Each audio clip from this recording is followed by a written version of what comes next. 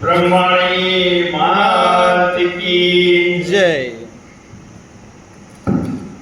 અત્યાર સુધી આપણે કોર્પોરેટ ફિલ્ડમાં હતા. હવે આપણો વિષય બદલાઈ ગયો. હવે આપણે ઘરમાં આવી ગયો. આપણા ઘરમાં જ્યારે મહેમાન આવે એટલે આપણે બધા તૈયાર થઈ જઈએ. ચલો શર્ટ બટ વ્યવસ્થિત કરી લઈએ, ખુરશી બેસી જઈએ, સામે બેસીએ, ચા લાવો, પાણી લાવો. હું છું એ કરતો જ છું. નીરવભાઈ મારા મિત્ર ગણો, ભાઈ ગણો, આમ થોડા દૂરના સગાયા થઈએ છીએ અમે, જોડે જોબ પણ કરેલી. અને જ્યારે વિચારસરણી એક મળે ને એટલે મિત્રતા ગાઢ થઈ જાય.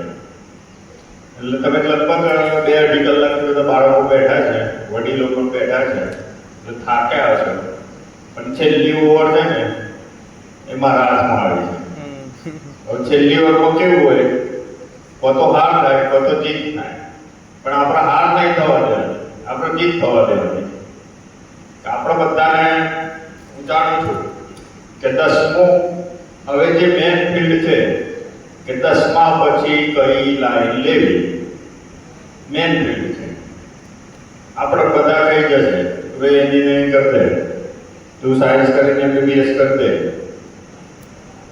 નર્સિંગ કરી દે, આર્ટ્સ કરી દે, કોમર્સ કરી દે, CA કરી દેજે, આ કરી દેજે, બધું બરાબર છે. પણ આ બધું કરતા પહેલા આપણે આપણું સ્વ મૂલ્યાંકન કરવું પડે.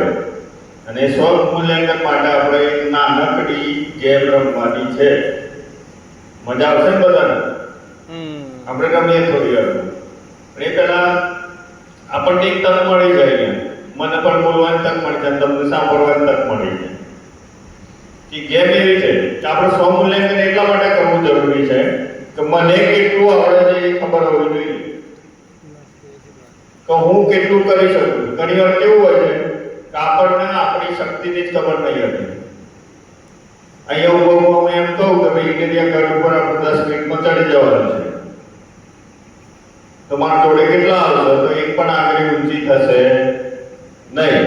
પણ હું એમ કહું કે આપણે ઇન્ડિયા ગઢ ઉપર જમણવા છે, ત્યાં જવાનું છે, પણ નીચે ઉભો રહીને એમ કહું કે જેટલા 10 મિનિટમાં ઉપર જાય એટલા જમવાનું, બાકીના નહીં જમવાનું. તો 10 મિનિટમાં બધા ચડી જશે. કેમ? અહીંયાથી જ પહેલા ગઢ ઉપર ચડાતો હોય, આટલો મોટો ગઢ ને, એટલે આપણને આપણી શક્તિની ખબર નહીં હોતી. એટલે એના માટે મેં એડવાન્સમાં નીરવભાઈ કીધું છે કે 10 એક કાગળ, એટલે 10મા ધોરણના 2 છોકરા આવે, 12મા ધોરણના વાળા 2 આવે. એ જ રીતે છોકરીઓમાં 2 છોકરીઓ 10મા હોય, 2 છોકરીઓ 12મા હોય. કાગળને જરા 2 ને નાખો.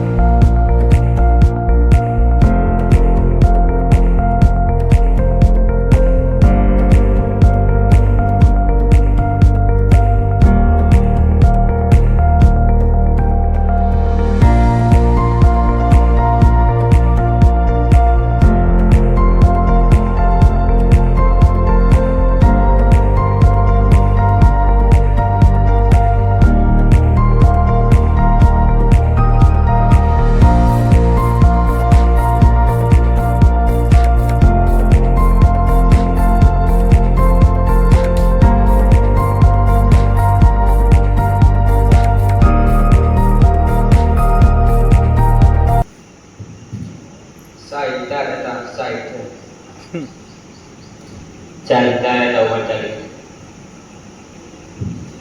50 દાડા કઈ કેસી છે, 60 હતા 43, 60 દાડા 60 પૂરા થઈ,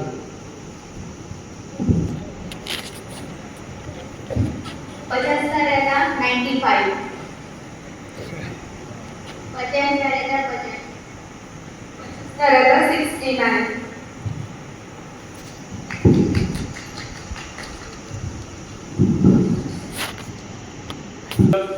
ભાઈઓ તથા બહેનોને જેટલાય દાડા તો ઓછા તો 50 દાડા ને એક ભાઈ 88 કીધા ને 88 એક બેને કીધા 50 થાય 95 થાય એટલે 95 થાય.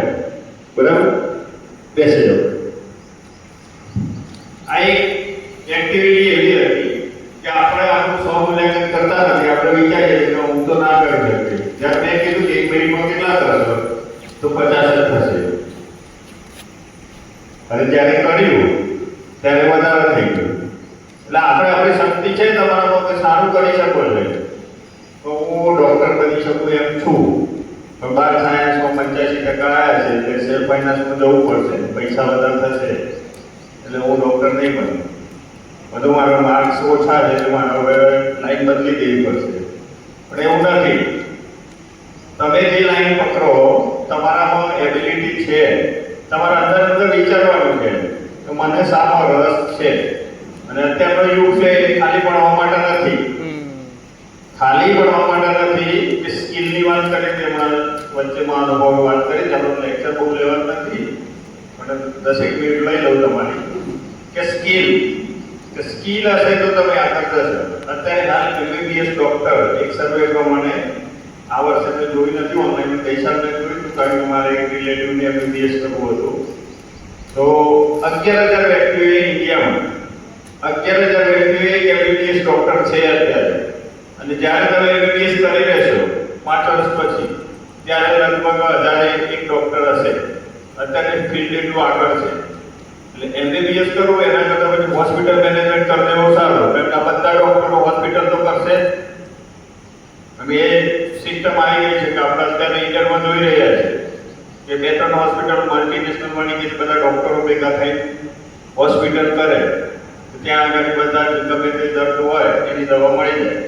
તો એના મેનેજમેન્ટ માટે માણસો જોઈએ તો ફિલ્ડ નવું વિચારવું પડે આપણે.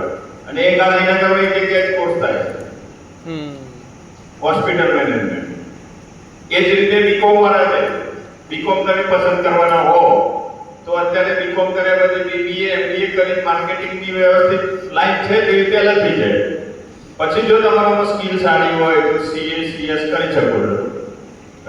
એટલે ફિલ્ડ તમારે જાતે જ પસંદ કરવાની છે. એમાં અમે કહી દઈએ કે પેલા સાહેબ આવ્યા હતા એમને કહી દીધું કે આ ફિલ્ડ લઈ લો એટલે લઈ કરી દેવું એવું નહીં. તમારામાં જે શક્તિ પડે તમને જે રસ હોય એમાં. કેટલાક જે હોય કે ભાઈ 10માં મારે ડિપ્લોમા કરીને ડિગ્રી કરી તો અત્યારે સાયન્સમાં સાહસ કરવું નથી. કદાચ રિઝલ્ટ ફેલ આવી ગયું તો પછી પકડી જાય.